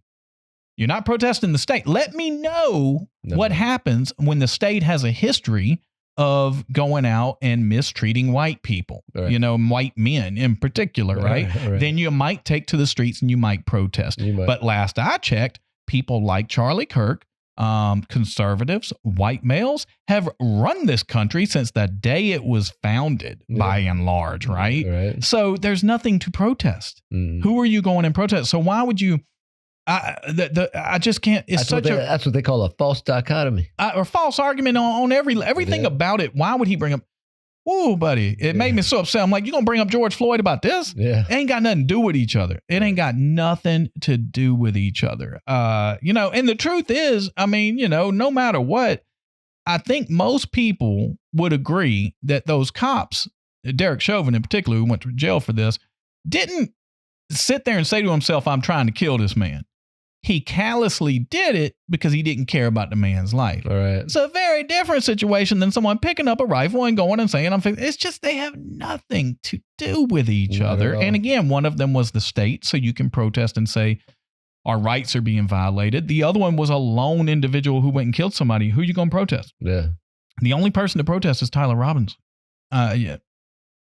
Feel free to do that. I think we're all protesting Tyler Robbins. I wish more of us are saying, hey, that's bad and don't do it. But I don't know. What are you going to go and take to the streets? No, you don't need to do that. You need a picket sign? I hate to tell you, that kid ain't seeing them picket signs and he ain't never going to hear it. But in the case of George Floyd, people heard people. They did. People went and told them. And some of it affected change. I mean, it's a complicated whatever ever since then. But some of it did affect change, real change. I mean, we've seen a lot of things happened since the George Floyd murder. So only Greg Gutfeld, and up that bad. Well, and in this day and age with the way we sort of dissect racism, that's pretty racist.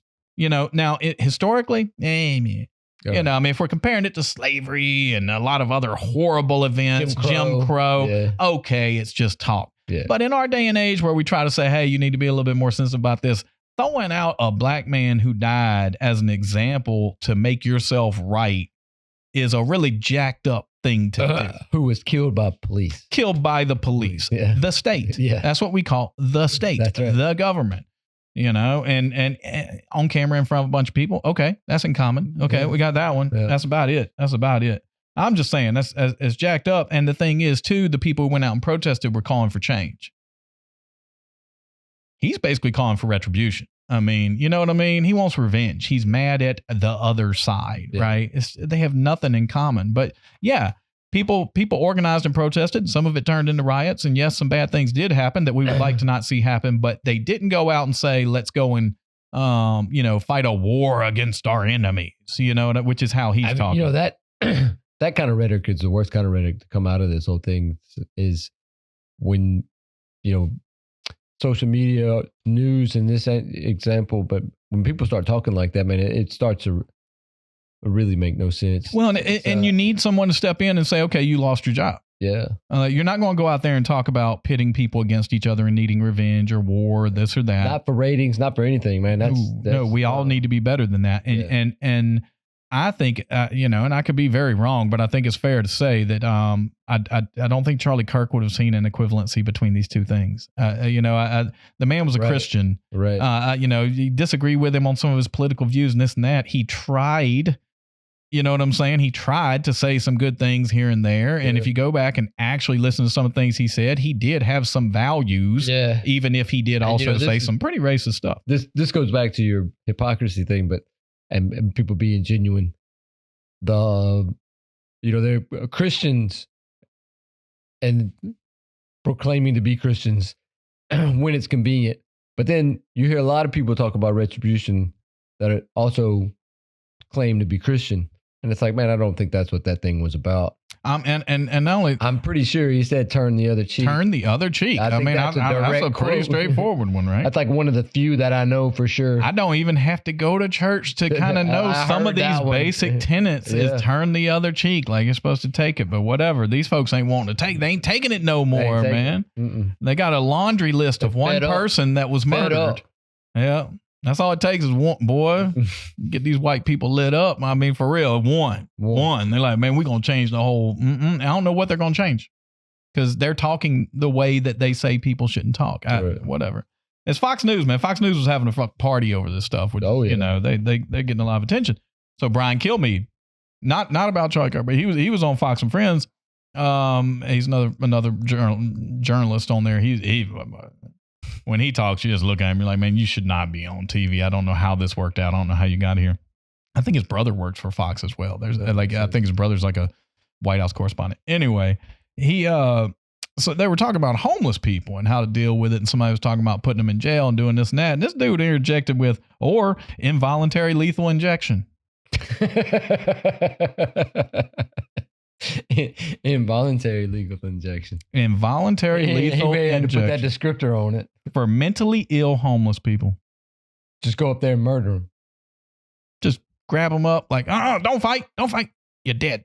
No, but the FCC didn't say anything about that. I guess not. Maybe not. They're not pulling him off there yet because that's murder. Yeah. I mean, he's advocating for the murder. That's what he just said. Of mentally ill homeless people, which I'm not going to say, I'm sure he's not alone. Hey, but he did qualify it. Involuntary, though.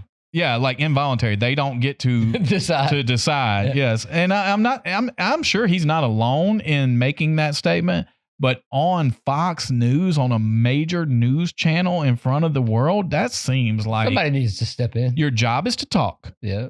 And you said that.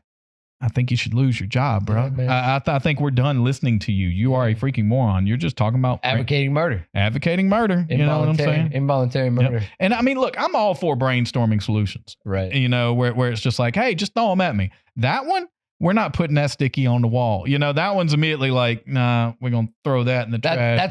That's one where, whoever's in the room with you, they're like, what are you talking about? And you're like, yeah, that's a bad one. That just popped into my head. Forget I said that. I know. And you got to retract. You want to immediately retract. I think he retracted it later that day or a day later or something like that. But I just had to, this dude, I just had to throw his face up because it's like, wow, bruh.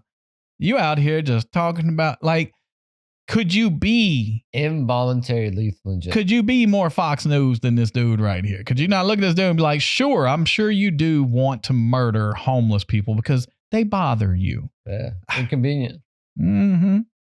And remember, Murder's bad, man. Violence is bad, right? But no, not if they're homeless and mentally ill. Maybe we should just take them out. Just get rid of them. Speaking of fools, this is my last one, actually. I saw where up in Montana, the FBI, they do all these drug raids and stuff. Yeah. And so they end up with like a bunch of meth or whatever. In this case, it was a bunch of meth. And they have to get rid of it. And so, of course, the easiest way to get rid of it is to burn it. Oh, my God. And where else would you burn it but like a veterinary clinic? Because they have places where they, burn animals, like, dead animals to get rid of the bodies. So apparently every few months they gather up all their stuff they need to get rid of and they go down to the vet and do a burn. And they usually bring a fan with them that blows the smoke out to make sure that they're not inhaling, filling the building with meth. And the fan wasn't available, but they didn't care.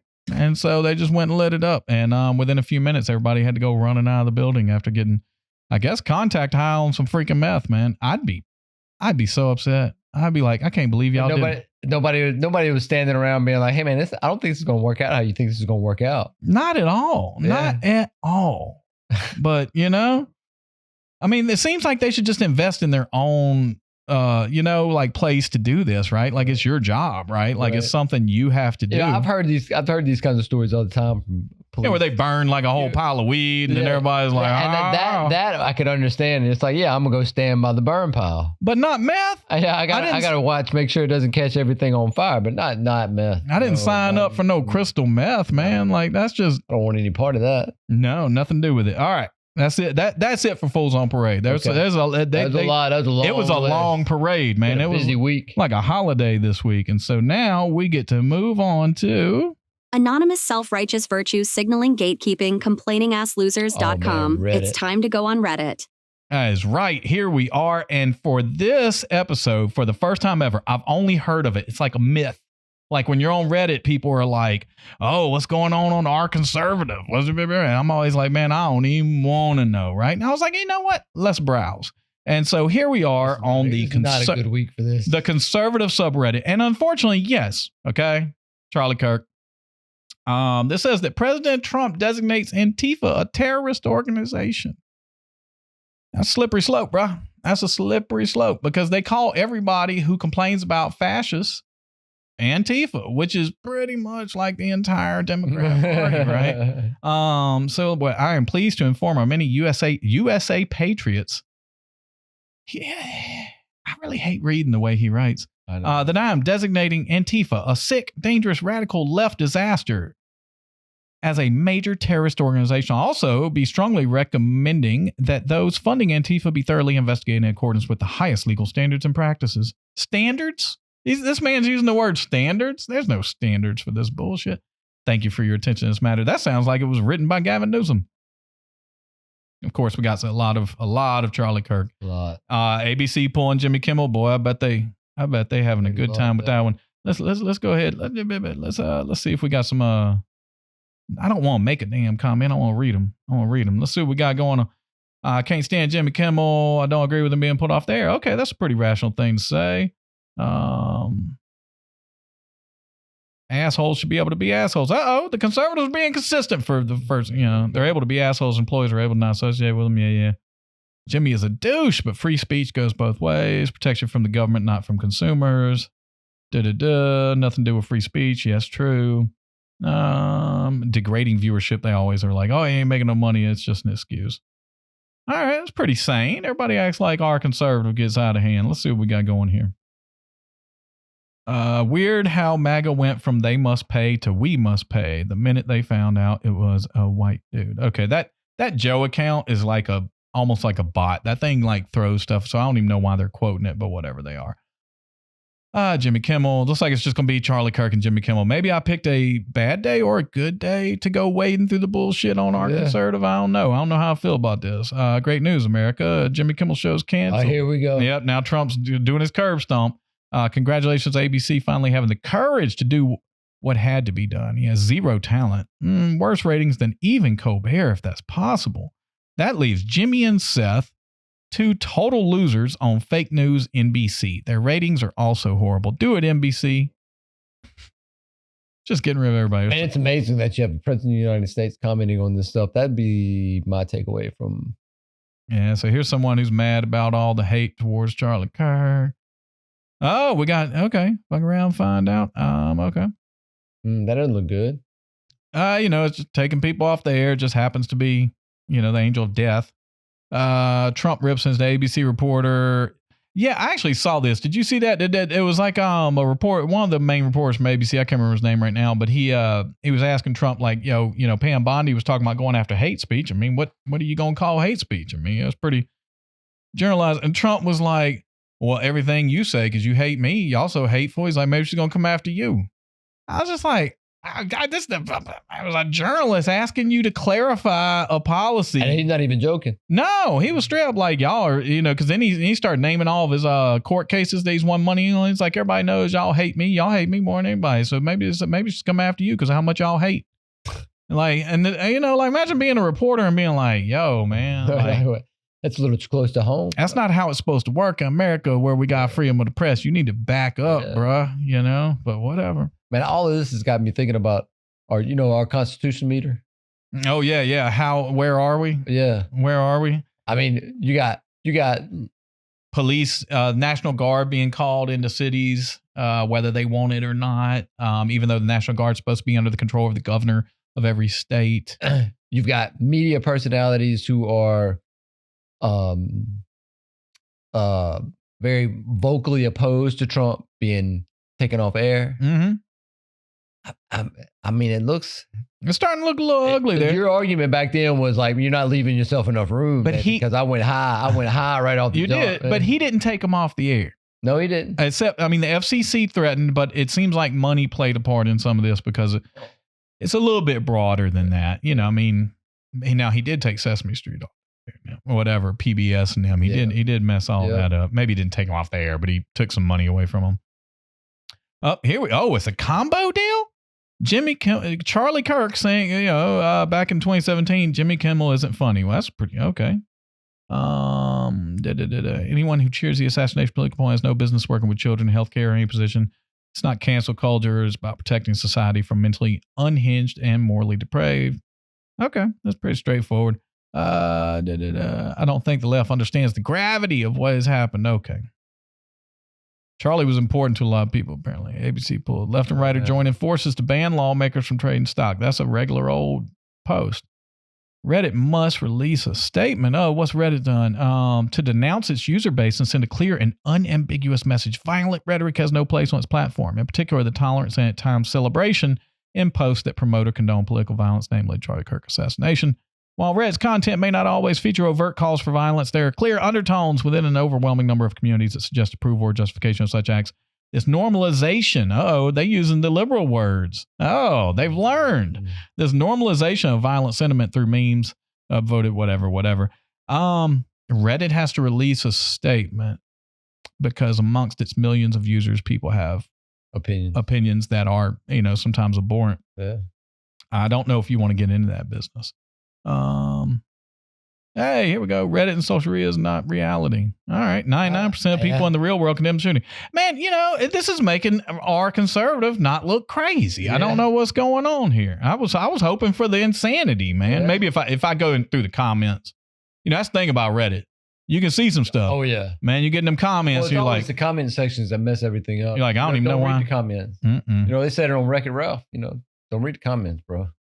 No. Do not. Just witnessed Reddit deleting posts related to Charlie Kirk's roommate. I don't think that's what you meant. I think you mean Tyler Robinson. Yeah. Deleted a post about the killer's roommate. Wow, you didn't even edit. You didn't even go back and fix your title. That was 11 hours ago. You didn't even. Okay, that's a waste of time. Okay, now we need context. And they got to quote Charlie. I'm not getting into all that. Folks can go and find what that dude said. This is no fun. Not this week. Oh, well. Amanda Seyfried maybe said that. We don't know. These people just be doing stuff. Yeah, apparently his assassination ate this thing up. People rushed out to just make posts about it. You got Bill Clinton tied in with Epstein. It's amazing how much nobody cares about that. I mean, like, the left ain't even going, it's like, release everything because I really need Donald Trump to be like caught on something. They ain't worried about Bill Clinton. Report people. There we go. They're telling people like, hey, you need to report people. Yeah. I mean, it seems like that's been happening. They said they creating lists of people, man. Yeah, see something, say something. People are out there, man. I can't imagine why you would just say, oh, this dude got assassinated. I'm going to go online and tell everybody how happy I am about it. That's jacked up, man. That's so messed up. It's hateful. The left is suddenly studying the First Amendment. Okay, yeah, because the left. You see how you do see the language. Oh yeah, such a separation. Just people. Threatened to prosecute a private employee at Office Depot for not printing Charlie Kirk vigil flyers. What on earth? So, how much of this stuff do you think is real? What these people are saying? You mean versus like bots or this or that? Yeah. I don't know. I mean, I think there are bots doing stuff. I think most of this is people because people suck. And you can oftentimes, like, what is this? You could click their name and then start to see other places where they post. And some of it's crazy because somebody will have like crazy political opinions, but like they're into like some like anime or some cartoon. Right. And so like you'll see them like getting into some weird nerdy details on something that has nothing to do with politics. You're like, damn, and you have really strong feelings about politics. And now you're over here telling somebody like, how to properly, burn wood, and you're like, okay, this is. But how many of these posts are like Russian bots trying to sow? Well, that's what I mean. If you click on it and go behind it and start to look at the variations on the post, you can pick out pretty quick whether or not it's a bot. If it's something that was created today and then you see 3 posts that look the same, then it's like, okay, it's clearly a bot. But they have a lot of algorithms to try to find those things. But there are bots. Yeah. There's a lot of people. There's a lot of people out there just posting crazy stuff. I'm not even sure bots could do some of this stuff, man, because it's kind of wild. And here we go, like J.K. Rowling saying, if you believe political opponents should be punished with violence or death, you're a terrorist. People saying you're the problem. Yeah, it's all about Charlie Kirk. I picked the wrong time to go to our conservative boy. I thought they're really just. Now here we go. Anyone who blames both sides is a liar and a coward. Okay, bruh. You might be the liar and the coward who's forgetting that there is violence that has happened to people on both sides. It's just the truth, and it's unfortunate. Now, we're back to 9/11. We're almost past, because it was on the 10th, I think, is when he was shot, and so we'd have to go past that. But this is, we're back to Jimmy Kimmel. So it's got mixed up 2 hours ago, 7 days ago. They doing this mix and match with me on my timeline on here. Oh well, we didn't get the excitement that I was looking for. So Reddit takeaway, Reddit didn't suck so bad this week. Oh, I mean, I'm just on one subreddit, bro. Like, do you want? No, please, no. You want to go to our politics or something, man? I don't. That's why I stay away from Reddit right here, man. The comment section on Reddit, I did it for like a day and was like, man, I can't go. It's disgusting, man. People just be losing their minds. They're so hateful and angry and stuff. Well, people really seem to enjoy it. Yeah. I mean, there's something about going online that gets people just wild. Like, I can say anything I want to say, however I want to say it, whatever. Mean as hell. Mm-hmm. Yeah. No, I couldn't do it. All right. So, oh well. That didn't go the way I wanted to go. But for my last segment, I don't have a real scream for it necessarily, but I wanted to get into some entertainment stuff. Okay. It's actually not my last segment. Next to the last segment. Did you see Charlamagne the God and them on Breakfast Club with Dame Dash? Did you read about that? All right, let me see. I just want to pull up an image of him. What's Dame Dash doing these days? Who knows, man? He was talking about producing something, doing something or whatever. But Charlamagne called him Debt Dash and brought up him being in debt and not having any money. Ooh. And boy, oh boy. They didn't like that. Nah, man, Damon Dash didn't like that. Now, this is the guy who co-founded Rockefeller Records along with Jay-Z and eventually got kind of pushed out by Jay-Z, and Jay-Z took over the whole thing, and there was some it seemed to be some hard feelings about that, but Dame Dash still out there doing stuff. He said to Charlamagne, I don't think you're a proper representation of the masculine black man. Your OG is Wendy Williams. My OG is sitting right here. I'd rather get my ass whipped than run. You're proud that you ran. It ain't no disrespect, but I kind of think you're gay. You just act a little gay. I got a problem with people that pretend they're not gay. I can punch you right in your face like a grown man and you won't do shit. If we was on the street right now and you were talking like that, I would have fucked you up. What I'm saying is when you interrupt me and you say certain things where I'm from, the masculine man will fuck you up. He said that to Charlemagne on the Breakfast Club, sitting at the same table with him. What did Charlemagne say? I didn't see that. Have you ever watched? You can find videos of this. Folks, it's kind of fun. You can find videos of a lot of people threatening Charlemagne on Breakfast Club. You seen some of these? Yeah, I've seen some. Master P got hot with him. Yeah. Birdman got hot with him. Yeah. Because he'll just like find like the thing that sets somebody off and be like, oh, because I guess it gets ratings. Likes, that's it. Yeah, it must. But God, dog, man, like calling him gay.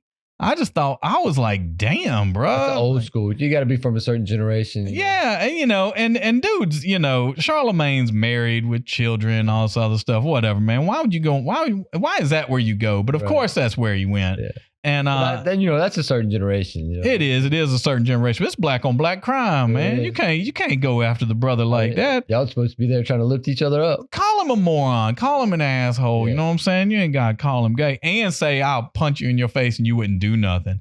I don't know about all that. Charlemagne does like he works out a little. I'm not saying he doesn't come across as a gangster, you know what I'm saying? But I wouldn't necessarily just stand up. Dame Dash don't look like he's throwing punches. That's what I'm saying. I wouldn't walk over to him and hit him, you know what I'm saying? Because I'm nonviolent. That's right. You know what I'm saying? I wouldn't do it. We're going to talk this Even out. if I wanted to, I would do it. I'd stop myself and say, no, I'm not going to do that. But maybe I would say I want to hit you. But I ain't going to do it because that ain't my thing. But I don't know. It would be fun. Anybody who hasn't done it, go look up Charlemagne the God being threatened and just watch a series of videos because he'll say greatest hits. He says wild junk to people and they get hot, man. And a lot of it is like you see him say it and you're like, why'd you say that? It's just set up. Like it's just assholery. Yeah.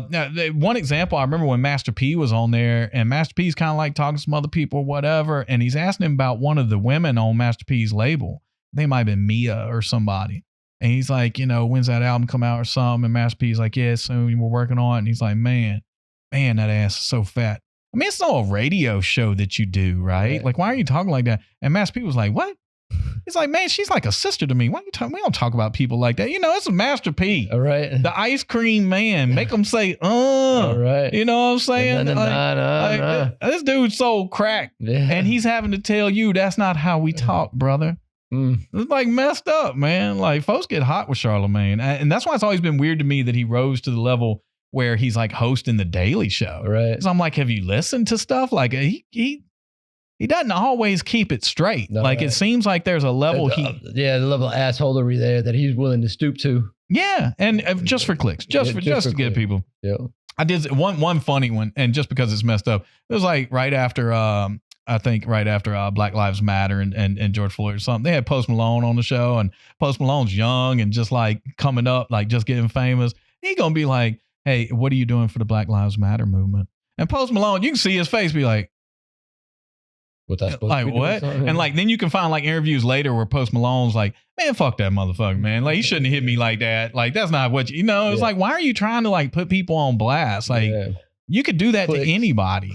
Yeah, just being an asshole. Yeah. So you had sent me where Elon Musk's brother runs a company that did a drone show over the Vatican. Yeah. I just thought that was cool. If anybody's out there, it was another thing in the entertainment. I thought that the same thing when I saw the picture of it. I was like, oh man, they're going off. Yeah, and it's Elon Musk's brother who runs this company, which is just kind of interesting. Probably. Probably. I guess. I mean, they were talking about how they do everything in house. That way, like they would never have to call tech support, right? Like, oh, this isn't working. But like the drones would go up and do stuff, and they would switch out with each other that were charging. I mean, it was, so, and it got me to thinking about the future and just sort of like, are we going to stop having fireworks shows and just start having drone shows like on the 4th of July? How far out are we from that when companies can do this and cities can pay them and stuff like that and scale it out? I don't know, kind of interesting. But I my mind immediately went to is it Homecoming? Spider-Man? Mysterio? Oh yeah. Where he was doing all that, or No Way Home or something. Way Home. I was like, oh, we're close. Is it whatever it was? But the one where he was able to like create a reality that you just couldn't. Drones, Yeah, that was an interesting idea. I like what they did with that story. That was actually pretty good. Sticking with entertainment, my last thing in the topic, I told you I watched the AKA Charlie Sheen on Netflix, like a whole thing about the actor Charlie Sheen. Yeah. Young folks are going to be like, I don't care. I don't know who Charlie Sheen is. But folks who are old enough are like, yeah, man, that dude went through, he had #1 show. Watched it, yeah. And he ended up with, it was weird because he was a movie star and he had gone into rehab stuff, but then he ends up with the #1 show on CBS that like all the old folks are watching with 2.5 Men, and reached a point near the end in negotiations where he was making $2 million an episode. They even said in that Netflix documentary, they don't think there's ever been someone to get individually $2 million an episode for any show except for him. Now, they might be off, but still significant because this was years ago anyway when he did it. And so he was making way too much money, fell way off smoking that crack. And it got me thinking it got me thinking about it. We've had some experiences with people we've known for years who ended up on the crack and give everything up, give their kids up, give their wife up, their life up. They love the crack. I remember back when we were younger hanging out in Columbus, Mississippi. What was that dude's name?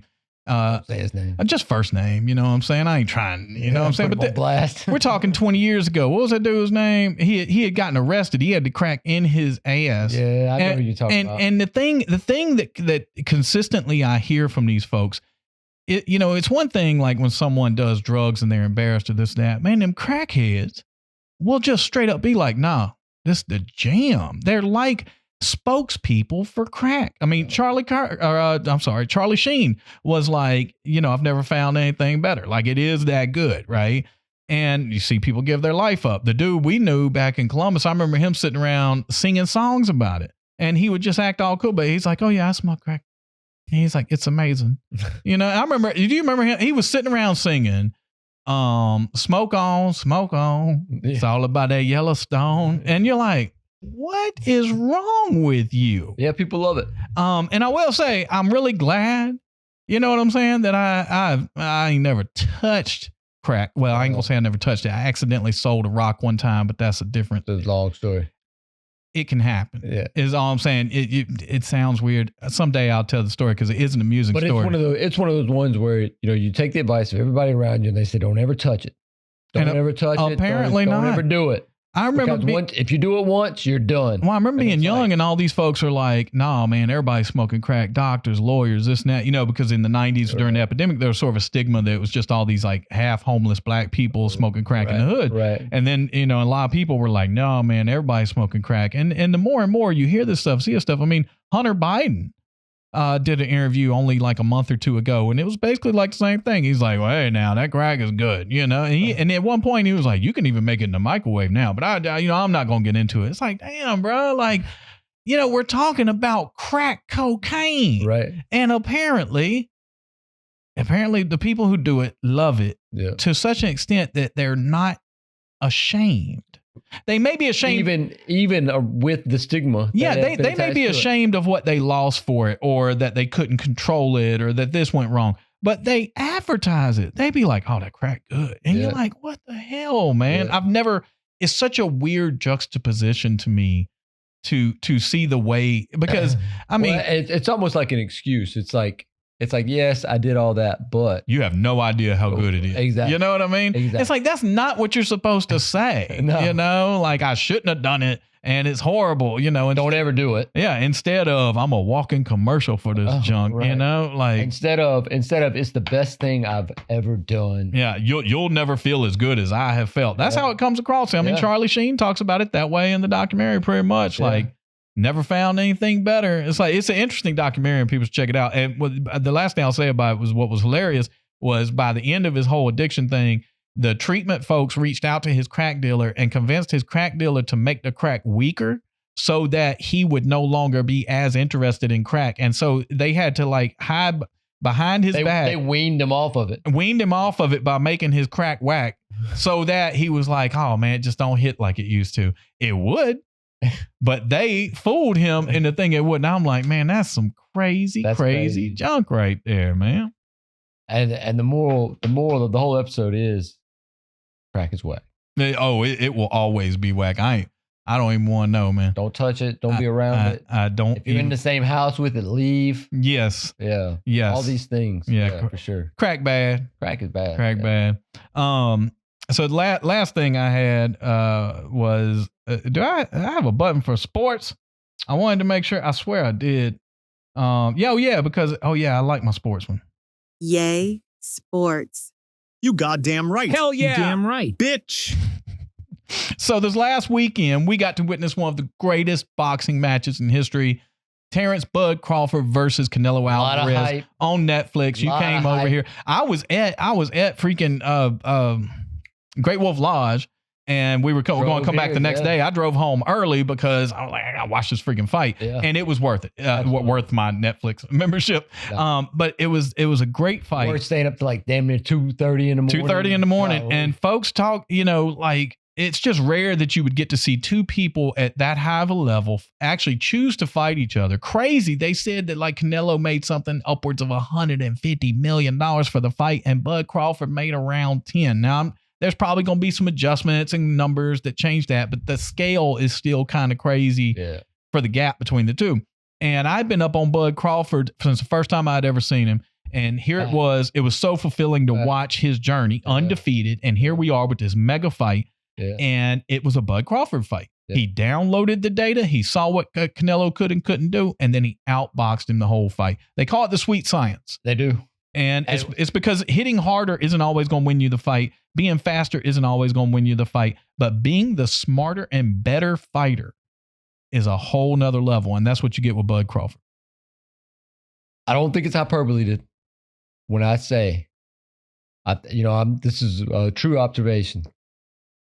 But he might be the greatest of all time. Hey, what I wrote in my notes was Bud Crawford is now fully in the conversation for the greatest of all time. And that's Ali and all of them. And I ain't ashamed to say it because I've watched him do it. Yeah. And every time I watch it, I say to myself, I'm not seeing, again, speed that's going to slow down and then he'll lose, or power that's going to go down and then he'll lose. I'm seeing this package where I say, as long as he is capable, I don't know how you beat him.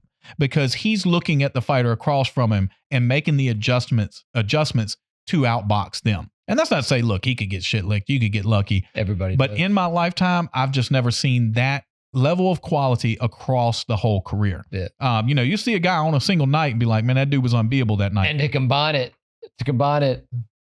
he's got, all those things you named, speed, power. He's got those. Mm-hmm. And then to be able to combine it with the ring intelligence. Well, and what was it? The first 3-weight champion in the 4-belt era or something like that. I mean, he originally fought down around lightweight or something like that. And then he goes and fights Canelo at 167.5 pounds at the weigh-in. So, I mean, he's going up almost 20 pounds, which usually means these people are going to hurt you. And it was not a Canelo fight. It was a Bud Crawford fight. And that's what I wanted to see. And it was super impressive. So, I mean, I understand if you're into boxing, I'm talking about if you're not into boxing. Go watch Bud's career, man. Bud's awesome. You can watch his highlights. He's an awesome guy. Like, listening to him talk. Yep. The fighting pride of Omaha, Nebraska. Terrence Bud Crawford. Big shout out, man. Wish I could get that dude to talk to us someday. Wouldn't that be cool, man? What's up, Bud? Man, I'd be like, how do you... We talk about, we'll do an infomercial. You can talk about Nebraska all you can talk about anything you want, man, because you the GOAT. You the GOAT of boxing. And anybody who's into boxing knows there's some deep history in boxing, and Bud's right there. I don't know what he's going to do in the future. I don't know what fights are left because... I mean, this was huge. And it's a shame he couldn't make that $100 million. I hate that for him. But I don't know how he's going to find that $100 million. You know how it's fun. You know how it's fun when you talk about, could Ali beat Tyson, or could Tyson beat Ali? What would Tyson do against Foreman? Pacquiao against Sugar Ray, all these guys. And you play that game with Bud Crawford, and I just don't know if anybody, even going back through the greats, Sugar Ray Leonard, Marvelous Marvin Hagler. I don't know how they would deal. Tommy Hearns. I don't know if any of them beat him. It just looks like because it's the fact that his boxing IQ is different. Yeah. You watch those guys and you're like, they had this punch, they had this skill, they had this thing that someone couldn't overcome. He watches what they do and then he overcomes it. Yeah. And you're like, well, God, oh man, that is a really in the fight. First 3 rounds, it seems like he's not doing that much. And you know that as a fan of him. You're like, nope, wait till we get to about the 4th or 5th. And right around the fourth or fifth, you start to see it churn. And then the other person starts taking licks. Then they start not fighting the same. And then the whole back half of the fight, you're like, okay, he's just beating their ass. All right. When he fought, or he knocks him out, or this fight is stopped. Yeah, when he fought Errol Spence Jr., I mean, that was a clinic. And we're talking about an undefeated fighter who was ducking him and talking trash. And then finally was like, yeah, I'll do it. He went out there and beat his ass. And this was an undefeated champion with belts. And that because a lot of these folks just didn't want to give Bud the chance. He was trapped over in Top Rank.